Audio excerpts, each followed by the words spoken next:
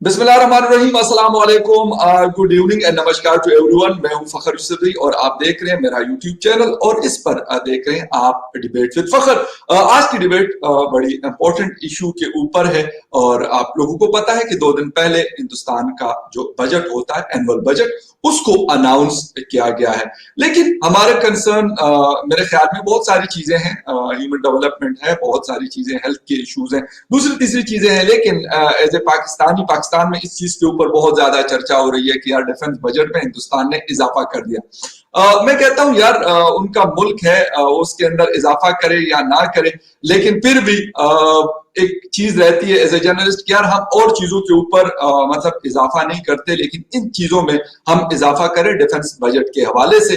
तो इस पर डिस्कशन के लिए हमारे साथ मौजूद है हमारे सीनियर जो डिफेंस एनालिस्ट है, आप लोग जानते हैं, कर्नल शैलेंद्र सिंह साहब। कर्नल साहब, आपको नमस्कार भी कहते हैं, अस्सलाम वालेकुम भी कहते हैं एंड गुड इवनिंग भी कहते हैं। कैसे हैं आप? वालेकुम सलाम। आज मैं भी आपको कहता हूं इंडिया पाकिस्तान एक अच्छे रिलेशंस की तरफ अगर चले तो वालेकुम सलाम सबको हो। That's good sir, that's good sir, बहुत अच्छा। सर, शुरू करते हैं कि डिफेंस बजट में इंक्रीज हुआ, मुख्तलिफ में उसके रीजंस पढ़ रहा था ये, बल्कि मेरी कुछ दोस्तों से वहां हिंदुस्तान में भी बात हुई, कहते भाई हमें पाकिस्तान की वजह से बजट में इजाफा नहीं करते, हमारा मसला इस वक्त चाइना के साथ ज्यादा है और उसके लिए हमें ये चीज करनी है। तो आपकी क्या नजर है इस चीज के ऊपर कि जो इंक्रीज हुआ है, क्योंकि जरूरतें बढ़ती हैं, दुनिया में महंगाई बढ़ी है, हर चीज महंगी हो रही है, तो ये वो वजह है या जो मैं आपको बता रहा हूँ चाइना पाकिस्तान, इसके मतलब रीजन ये? मैं आपने जो शुरुआत में एक बड़ा अच्छा शब्द बोला और एक अच्छी लाइन बोली, मैं उसे जरूर पकड़ना चाहूंगा क्योंकि वो अदरवाइज अननोटिस चली जाएगी। आपने कहा कि उनका मुल्क है, वो अपना इजाफा करें, कम करें, ज्यादा करें, हमें कोई फर्क नहीं होना चाहिए। बट यस, इंडिया पाकिस्तान, क्योंकि हम दोनों पड़ोसी देश हैं, अनफॉर्चुनेटली हमारे रिलेशंस ऊपर और नीचे भी होते चले जा रहे हैं। उस वजह से एक दूसरे के बजट में इंटरेस्ट लेना एक अच्छी बात है। और वैसे भी आजकल वर्ल्ड कम्युनिटी सिस्टम है, चाहे वो यूएस का बजट हो, चाहे वो यूएस का इलेक्शन हो, उसमें आप और हम इंटरेस्ट लेते हैं और वर्ल्ड भी इंटरेस्ट लेता है हर एक दूसरे कंट्री के बारे में, क्योंकि उससे डिसाइड होती है प्रायोरिटीज कि आपस में हमारी प्रायोरिटीज क्या है। आपका अगर मैं सवाल स्पेसिफिक आंसर करना चाहूं, मुझे नहीं लगता कि इंडिया अपने डिफेंस बजट को सिर्फ पाकिस्तान या चाइना के लिए ऊपर या नीचे लेकर जाएगा, ऐसा मुझे नहीं लगता और ले जाना भी नहीं चाहिए। हमें हमारी अपनी जरूरतें हैं, हमें हमारा अपना डिफेंस प्रिपेयर्डनेस है। अब वो डिफेंस प्रिपेयर्डनेस किस कंट्री के अगेंस्ट है वो एक अलग मुद्दा है, लेकिन हमें अपनी रिक्वायरमेंट्स पूरी करनी पड़ेंगी। अगर हम अपने आप में डेवलप कर रहे हैं, हम अपनी टेक्नोलॉजी डेवलप कर रहे हैं, हम वर्ल्ड में एसर्ट कर रहे हैं, एक ओहदे के लिए अगर हम एसर्ट कर रहे हैं, तो कुछ चीजों पर खर्चा तो करना पड़ेगा और उसमें से सबसे बड़ा खर्चा होता है डिफेंस। क्योंकि जो डिफेंस के अंदर आप पैसा डालते हैं, अगर बिल्कुल एक बनिए की तरह सोचा जाए, तो अगर हमने एक हाथ से अंदर डाला, तो अगर हम एकदम देखें कि उसके बदले में क्या निकल कर आया और कितना ज्यादा निकल कर आया, डिफेंस बजट में ऐसा नहीं होता। इस वजह से डिफेंस बजट हमेशा एक कंट्रोवर्सी क्रिएट करता है, चाहे वो ज्यादा की तरफ ले जाइए, चाहे वो कम की तरफ ले जाइए। इस वजह से मैं ये जरूर कहूंगा कि yes, defence budget needs to be discussed very responsibly. बिल्कुल सर, एक तो ये है कि मतलब इस रीजन के ऊपर जब हम नजर दौड़ाते हैं तो पाकिस्तान हो या हिंदुस्तान हो, हमारे मसाइल और बहुत सारे हैं, लेकिन साथ में जो ट्रस्ट डेफिसिट है वो भी, मैं कहता हूं कि शायद इस वक्त जब हम देखते हैं 2021 में या 2020 में या 2019 में, तो बहुत ज्यादा इंक्रीज हो चुका है, बहुत ज्यादा ऊपर चला गया है। तो शायद ये भी एक रीजन है कि पाकिस्तान ने भी इस साल जब हमारा मतलब जो पिछले साल का बजट था 2021 का, तो उसमें इंक्रीज हुआ था, वो 1200 अरब रुपए से चला गया था तकरीबन 1600-1700 अरब रुपए के ऊपर, अप्रोक्सीमेट उसमें भी 1 से 1.5% का इजाफा देखने को मिला। और शायद उसके पीछे भी यही रीजन है कि हम वो पैसे अपने पेट से काट कर उन चीजों पे इसलिए लगाते हैं कि हमें ये फिक्र होती है कि यार क्या पता हिंदुस्तान हमारे ऊपर हमला कर ले, और हिंदुस्तान ये समझता है कि पाकिस्तान का भी कोई भरोसा हम नहीं कर सकते, पाकिस्तान भी ये सारी चीजें कर सकता है। आपने जो एक बड़ी अच्छी बात कही कि आपका बजट बड़ा है, जरूरत रही होगी, उसमें मेरा कोई ऑब्जेक्शन नहीं है, लेकिन यस, मैं ये जरूर चाहूंगा कि पाकिस्तान की जनता और हम भी उसे बड़े जिम्मेदारी से इवेलुएट करें, क्या पाकिस्तान को उस बजट को बढ़ाने की जरूरत है या नहीं। अगर जरूरत है तो जरूर बढ़ाना चाहिए, उसमें कोई बड़ी बात नहीं। लेकिन आपकी में जो एक बात है ट्रस्ट डेफिसिट, ये वर्ड हमारे बीच में काफी टाइम से चल रहा है, 70 साल से चल रहा है अनफॉर्चुनेटली। मुझे आप एक बात बताइए, अगर अगर आज पाकिस्तान में और हिंदुस्तान में आप और मैं ये कह भी दें कि ट्रस्ट डेफिसिट है, तो क्या पूरा हो जाएगा? What are we doing about that trust deficit? भाई आपने बोला आपका बजट 1200 था, आपने 1600 कर लिया, कोई अच्छी बात है ना, जरूरत थी आपने कर लिया। इस ट्रस्ट डेफिसिट को कौन पूरा करने वाला है? क्यों नहीं इसके ऊपर आप और मैं ध्यान दें? क्यों नहीं दोनों हुकूमतें इस बात पर ध्यान दें कि ट्रस्ट डेफिसिट का क्या किया जाए? क्योंकि अगर आप भी कह रहे हैं पेट काट कर हम डिफेंस बजट को अगर बढ़ा रहे हैं, अपनी developmental cost per, economic cost के ऊपर उसको हम बढ़ा रहे हैं, इसको अगर हम सॉल्व करते हैं तो आपको नहीं लगता कि हमारी डेवलपमेंट उतनी तेज हो जाएगी? बाय द वे, मैं कहता हूं आपके मेरे बीच में ट्रस्ट डेफिसिट बिल्कुल नहीं है, बिल्कुल नहीं है। आप और हमारे बीच में एक बिल्कुल क्लियर कट समझदारी है कि आप मुझ पे विश्वास नहीं करेंगे, मैं आप पे विश्वास नहीं करूंगा, क्लियर कट है। लेकिन इसके बावजूद जिस तरीके से दुनिया चल पड़ी है, हम दोनों के देश जिस तरह के डेवलपमेंट पर चल पड़े हैं, देखना यह है कि अब आप ग्लास आधा खाली देखना चाहते हैं या आधा भरा देखना चाहते हैं। मेरी रिक्वेस्ट है आपसे, मेरे अपने देश से, हम ये देखें कि हमने कितना डेवलप किया है अपने आप को। ये ग्लास पूरा नहीं भरा है, ये आपको भी दिखता है, मुझे भी दिखता है, लेकिन क्या, जैसे अभी अभी हमने बोला, अगर आप डिफेंस बजट की बात करें, आज हम बोलते हैं कि हमारा 1.4% डिफेंस बजट ऊपर बढ़ा है, 4,71,000 से बढ़कर 4,78,000 हुआ है। कोई कह देगा कि 7-8 हजार लाख रुपए, 8 हजार रुपया, करोड़ रुपया काफी नहीं है। तो क्या हुआ, बढ़ा तो है ना, जरूरत थी उतना बढ़ा है, आप जितना अफोर्ड कर सकते हैं उतना बढ़ा है। इसी तरह मैं चाहूंगा कि वो ग्लास जिसमें आपके और मेरे रिलेशन आधे भरे हैं, वो आधे बढ़कर क्या 50-50 के बजाय 51% पर ऊपर आया है या नहीं, वो ज्यादा जरूरी है। आपने बोला हमला हो जाता है या हमले का डर रहता है। सच बात बताइए, कितनी बार पाकिस्तान ने पाया कि भारत ने हमला किया? वो टीवी में जो आता है, न्यूज में जो आता है, उसको मत पकड़िएगा, जिसको बोलते हैं ना बिल्कुल पक्की बात, ट्रेडिशनल वॉर जिसको बोलते हैं। यस, आप कह सकते हैं कि जैसा हमें पुराने लोग ब्लेम करते आ रहे हैं कि जी इंडिया ने बांग्लादेश के लिए पाकिस्तान के ऊपर हमला किया, रिकॉर्ड पर है, रिकॉर्ड पर है ये बात। इंडिया ने पाकिस्तान के ऊपर हमला करने का पूरा पूरा प्लान बनाया, लेकिन हमला किया नहीं। And that was the only reason कि इंडिया उस समय स्कोर कर गया, कि वो प्रूव कर पाया कि देखिए ये पाकिस्तान ने हमारे ऊपर अटैक किया है, अब हम रिटेलिएटरी अटैक कर रहे हैं, वगैरह वगैरह। चाहे वो आप कारगिल भी ले लीजिए, चाहे कोई और जगह लेनी है वो भी ले लीजिए, बट हमारे बीच में डिस्प्यूट्स को पकड़ने की होड़ नहीं होनी चाहिए। Competition should be between you and me, कि हम कहां कहां अच्छा कर रहे हैं। और अच्छा हम ये कर रहे हैं कि पिछले कुछ दिनों में सच बात यह है कि दोनों ही देशों ने लाजवाब समझदारी, सूझबूझ और मैच्योरिटी दिखाई है अपने रिलेशंस में। उरी को ले लो, चाहे कौन किसी को ब्लेम करे, वो मेरे को बहुत जरूरी नहीं है।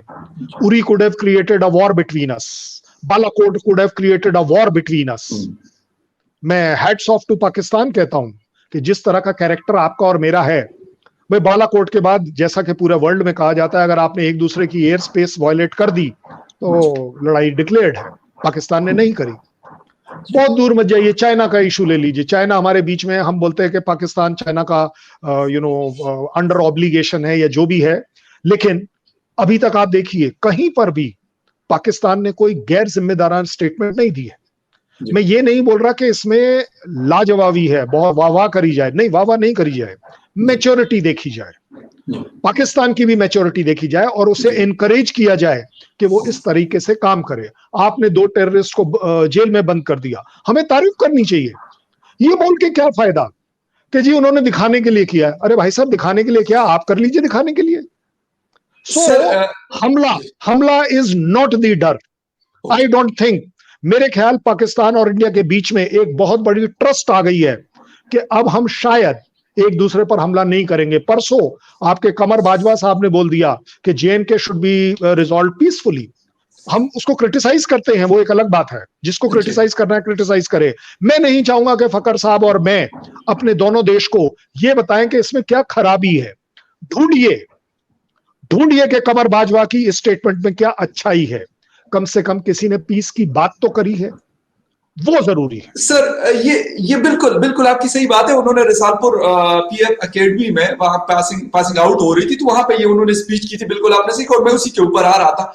बात सर ये है कि बहुत दफा ऐसा भी होता है कि जब इस किस्म की स्टेटमेंट जो आपने बातें की, मतलब मैं कहता हूं बिल्कुल सही है, आपने बातें की कि पाकिस्तान ने मैच्योरिटी दिखाई, लेकिन इसको पोर्ट्रे से किया जाता है, कहते पाकिस्तान को हमसे डर लगता है, पाकिस्तान हमारे सामने कोई छोटा सा मुल्क है। बिल्कुल है, मैं ओपनली कहता हूं, पाकिस्तान में अपने दोस्तों यारों में बैठकर और फोर्सेस के लोगों के साथ बैठ के भी मैं उनको कहता हूं छोटा मुल्क है यार, इतने वसाइल नहीं है इनके पास जितने हिंदुस्तान के पास है, इसमें कोई शक नहीं।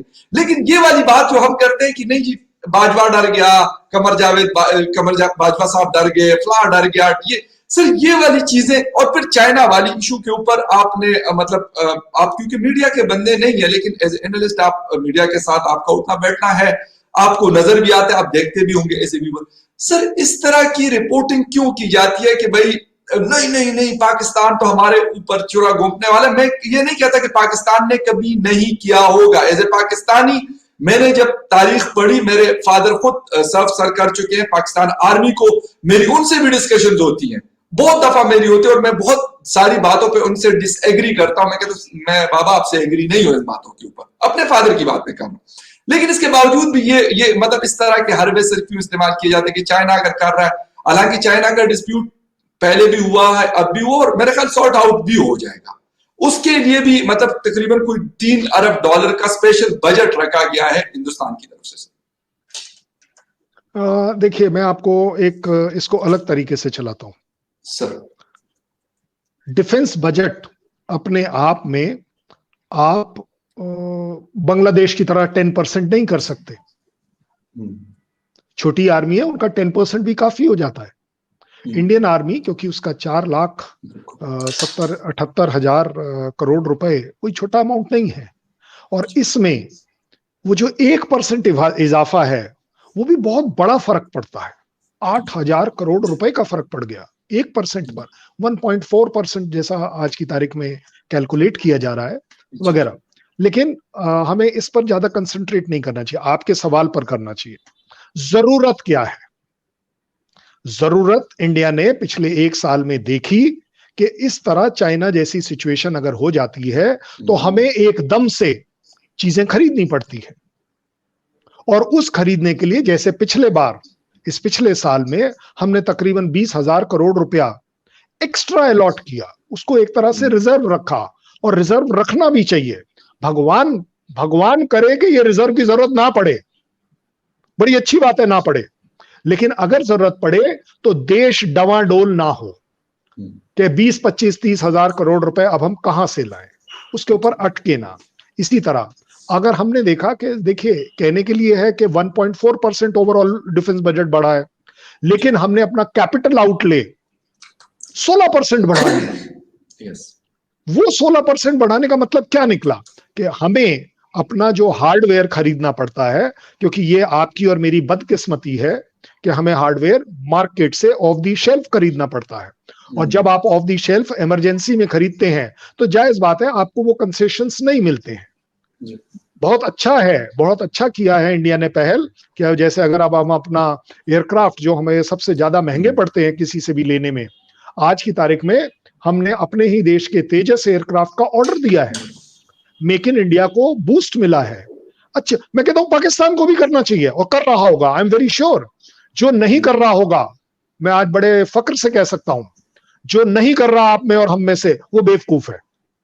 आप अगर अपने देश की मैन्युफैक्चरिंग नहीं बढ़ाएंगे तो आप यूएस की तरह ट्रैप में आ जाएंगे कि आपकी सारी मैन्युफैक्चरिंग ठप हो गई, सब कुछ आपने चाइना को आउटसोर्स कर दिया, आपकी मशीनरी अपग्रेड नहीं हुई, आपके प्रेसिडेंट को वापस सीनेट के पास जाना पड़ा क्योंकि वो क्रेडिट लिमिट एक्सीड हो गई।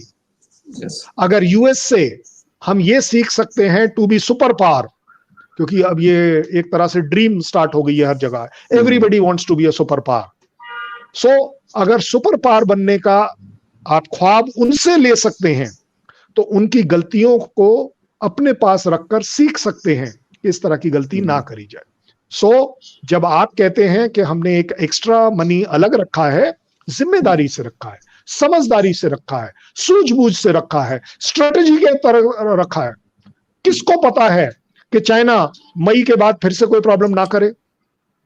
भाई अगर नहीं करेगा तो आपका ये पैसा कोई चाइना थोड़ी ना ले गया, आपके पास ही रखा हुआ है, लेकिन आपने एक रिजर्व रखा हुआ है। सो अगर कोई बोलता है, जैसा कई लोगों ने बोला कि there has been no increase in the budget, there has been a increase in the budget, sensible increase, strategic increase, जहां जरूरत है वहां बढ़ाया गया है। मैं कहता हूं भगवान करे आपका और मेरा बजट 1% हो पूरे अपने जीडीपी का, क्योंकि ये जो बाकी के 2, 3, 4, 5% जो भी हम लोग खर्च करते हैं, ये हमारा इकोनॉमिक डेवलपमेंट में जाए। हम लोगों ने इस बार बड़ी जिम्मेदारी के साथ, कोरोना एक साल हमने झेला है, 137% increase, phenomenal, hats off, salute करता हूं उस आदमी को जिसने ये सोचा कि कोरोना जैसी लड़ाई हमें फिर से भी लड़नी पड़ सकती है। और मुझे लगता है 137% is a very mature increase, very responsible increase. मेरा भारत, मेरा देश, मेरी सरकार काफी जिम्मेदारी से काम कर रही है, सूझबूझ से काम कर रही है। अच्छा सर, एक तो हम अगर ये बात कर लें, जिस तरह मेड इन इंडिया है, मेड इन पाकिस्तान का नारा इस वक्त पहले भी बहुत सारे लोगों ने पाकिस्तान में लगाया, लेकिन प्रैक्टिकली उसके ऊपर अमल नजर नहीं आया। लेकिन हिंदुस्तान के अंदर ऐसे लग रहा है कि मोदी जी जो है वो इस चीज को बड़ी मतलब कोशिश कर रहे हैं, अपना दूसरे टेन्योर जो है वो मुसलसल काम कर रहे हैं इस चीज के ऊपर कि मेक इन इंडिया या मेड इन इंडिया को प्रमोट करे। और क्या नजर आता है, स्पेशली अगर हम मिलिट्री इक्विपमेंट्स की बात कर ले, बहुत ज्यादा पैसे सर खर्च होता है, और मेरे ख्याल में वेस्ट की सारी जो इकोनॉमी है इस चीज से चल रही होती है कि उनके हम टैंक्स खरीदते हैं, उनसे जहाज खरीदते हैं, हेलीकॉप्टर्स खरीदते हैं अपने मिलिट्री को मजबूत करने के लिए। तो इसके अंदर कितनी मतलब एक बूस्ट नजर आई या कितनी बेहतरी आपको नजर आई पिछले अगर 5-7 सालों का हम जायजा लें सर? बड़ा अच्छा लगा किसी पाकिस्तान एंकर से ये सुनते हुए कि वो मोदी साहब कुछ अच्छा कर रहे हैं। ये जो ट्रेंड आप चला रहे हैं, मैं चला रहा हूं, व्हाई कांट आई से रिस्पेक्टफुली कि आपके प्राइम मिनिस्टर साहब इमरान खान साहब कुछ गलती कर रहे हैं, Yes. We can be respectful about it. मतलब मुझे बड़ा अच्छा लग रहा है कि पाकिस्तान में ये चेंज आ रहा है। भगवान करे हमारे देश में भी ये चेंज और तेजी से आए। ये चेंज आपको दिख रहा है। आपको अगर याद हो, हमने आपके साथ ये प्रोग्राम्स करने शुरू किए हैं, तकरीबन 1 साल होने आ रहा है अब, और एक साल में हेट्रेड लैंग्वेज हैज वैनिश्ड। आज की तारीख में पाकिस्तान, मैं बड़े जिम्मेदारी से कहता हूं, पाकिस्तान अगर हमारा दुश्मन है, अगर ये जो अगर लगने से जो रिस्पेक्टेबिलिटी आ गई, पोलाइटनेस आ गई कि भाई अगर है तो है, क्या बड़ी बात है। लेकिन ये जब हम तू मैं पर आ जाते हैं कि वो कटोरा लेके, कि वो ये लेके, ये this is no language between two countries. After all, अगर हम एक तरफ से ऐतिहासिक 5000 साल के दोस्त भाई रहे हैं, और अगर दो भाइयों के बीच में किसी भी वजह से हमारे पूर्वजों को ठीक लगा कि उन्हें हमें अलग कर देना चाहिए, एक्चुअली फकार और मेरे बीच में क्या प्रॉब्लम है, आप बताइए मुझे। कोई प्रॉब्लम नहीं, बिल्कुल कोई प्रॉब्लम नहीं। लेकिन हमारे प्रॉब्लम पता क्या है भाई, हमें बताया गया है कि हिंदुस्तान और पाकिस्तान दुश्मन देश है। क्या बढ़िया दुश्मनी है कि फकार साहब और कर्नल शैलेंद्र सिंह आपस में बात कर सकते हैं, हम आपस में ग्रीटिंग्स एक्सचेंज कर सकते हैं। मैंने आपके चैनल पर एक बार क्या कहा, अगर पाकिस्तान के लोगों के लिए पाकिस्तान जिंदाबाद, तो मेरे लिए क्या खराबी है, मेरे लिए मेरा हिंदुस्तान जिंदाबाद। और अगर नो प्रॉब्लम, अगर मैं अभी आ रहा हूं, मैं अभी उसी पर आ रहा हूं, और अगर फकार साहब के साथ मैं ये कह भी पाऊं कि पाकिस्तान जिंदाबाद, तो इसका मतलब मेरा हिंदुस्तान मुर्दाबाद थोड़ी ना हो गया। And vice versa. ये जो हम लोगों के बीच में ना ये पॉलिटिकली एक गलत फीलिंग डाली गई है कि नहीं जी, हिंदुस्तान जिंदाबाद का मतलब ही है कि पाकिस्तान मुर्दाबाद या उसका झंडा नीचे। I don't find any reason why should it be? आप मुझे एक बात बताइए, यही लोग जो हमारे बीच में फैलाते हैं इस तरह की बात, ये हमारे ट्रेड को क्यों नहीं रोक देते? क्योंकि वहां इनका इंटरेस्ट इन्वॉल्व है।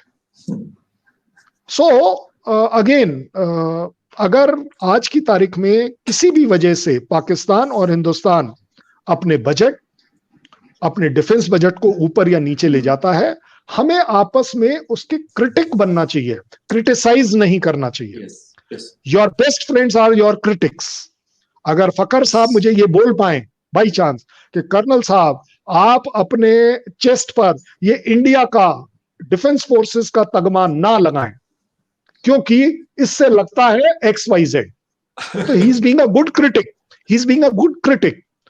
लेकिन होता क्या है, अरे साहब आपने तो वो लगा रखा है, तो फिर this is not the way. मैं आपको बड़ी जिम्मेदारी से कह रहा हूं, हमारे दोनों देश में अच्छे लोग हैं, इंटेलिजेंट लोग हैं।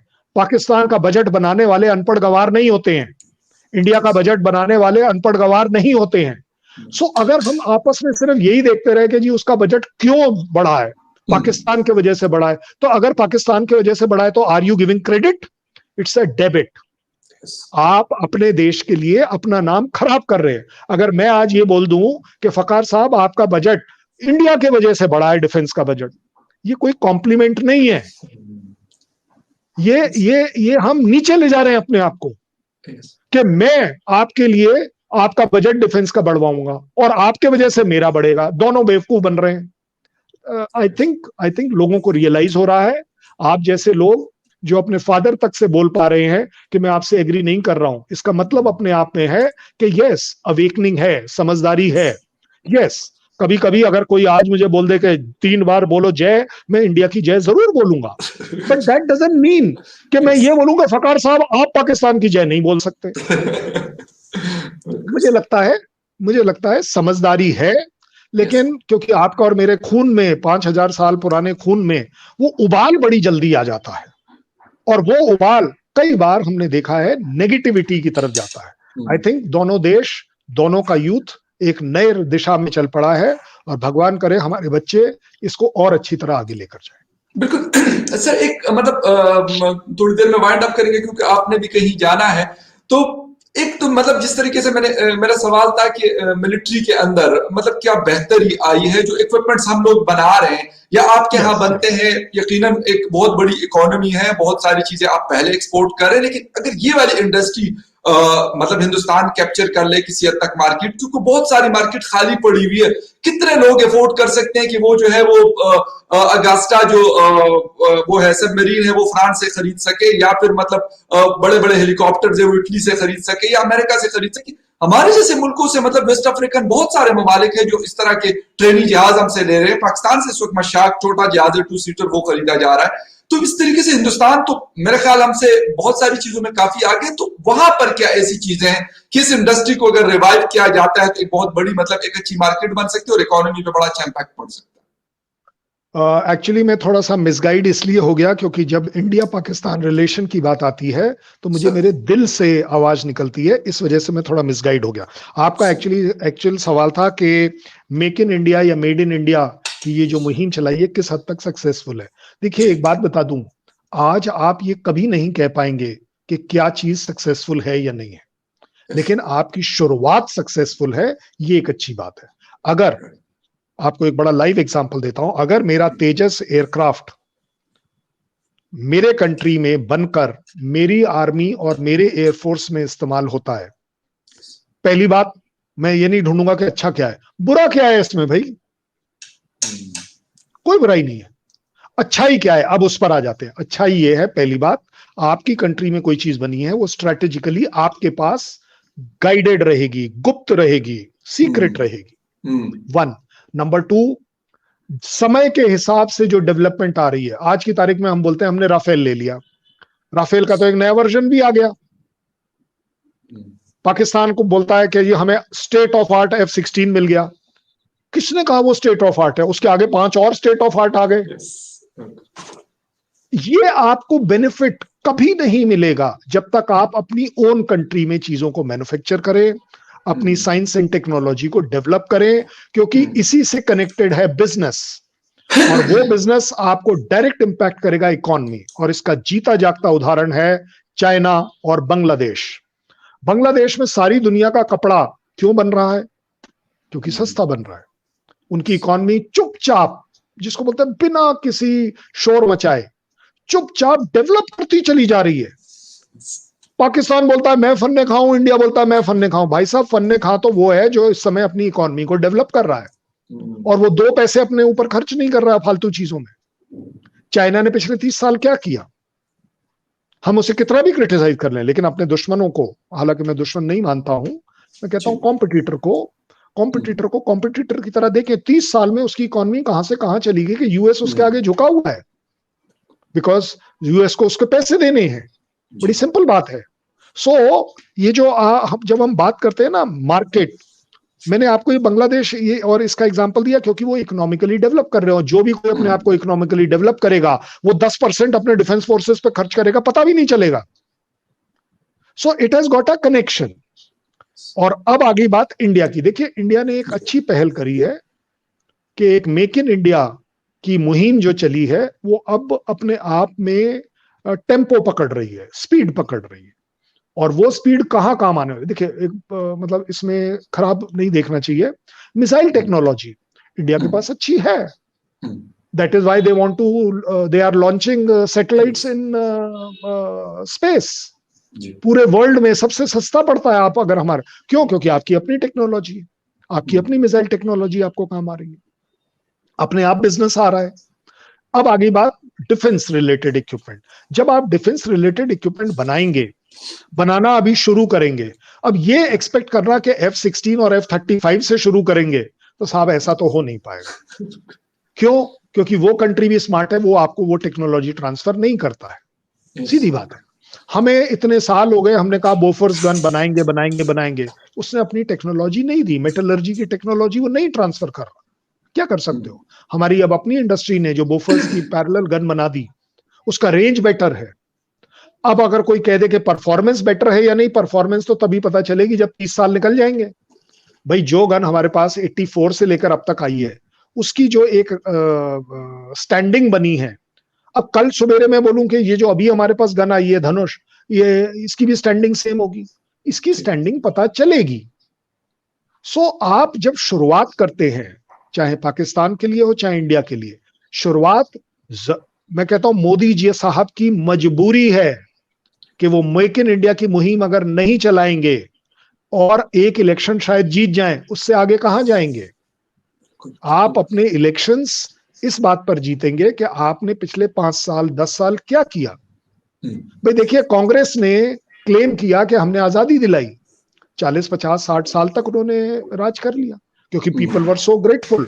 अब वो ग्रेटफुलनेस से लोग हट चुके हैं।